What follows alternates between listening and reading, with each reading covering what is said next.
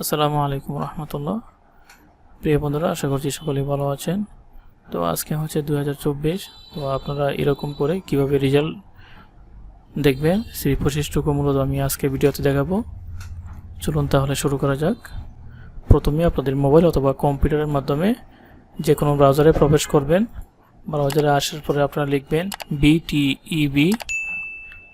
BTEB result.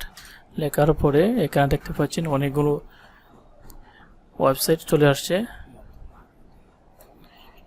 তো এখান থেকে আপনারা এডুকেশন বোর্ড রেজাল্ট এটার উপরে ক্লিক করবেন। ক্লিক করার পরে আপনারা এখান থেকে আপনাদের এক্সাম টাইপ এটার উপরে ক্লিক করবেন। ক্লিক করার পরে আপনারা যেটাতে পরীক্ষা দিয়েছেন এটা সিলেক্ট করে নেবেন। তো আমি একটা রেজাল্ট দেখব, ডিপ্লোমা ইন ইঞ্জিনিয়ারিং। তারপরে আপনারা এখান থেকে এক্সাম ইয়ারটা আপনারা সিলেক্ট করবেন। তো আমি 2023-এর একটা রেজাল্ট দেখব।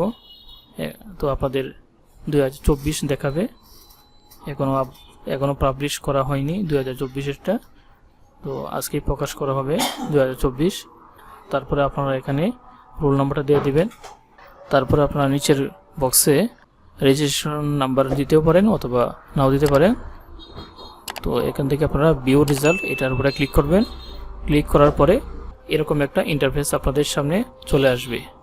Diploma in engineering result publication. তারপরে এখানে এক্সাম ইয়ার দেখাবে, টেকনোলজি নাম দেখাবে, রোল নাম্বার দেখাবে, রেজিস্ট্রেশন নাম্বার দেখাবে, সেশনটা দেখাবে, নাম, ফাদার্স নাম।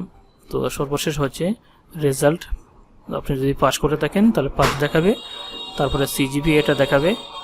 তো আপনারা এরকম করে আপনাদের মোবাইল অথবা কম্পিউটারের মাধ্যমে যে কোনো ব্রাউজারে প্রবেশ করে আপনাদের রেজাল্টটা দেখে নিতে পারবেন। তো এটাই ছিল আজকের মতো ভিডিও। আজকের মতো এখানেই শেষ করছি। আল্লাহ হাফেজ। আসসালামু আলাইকুম।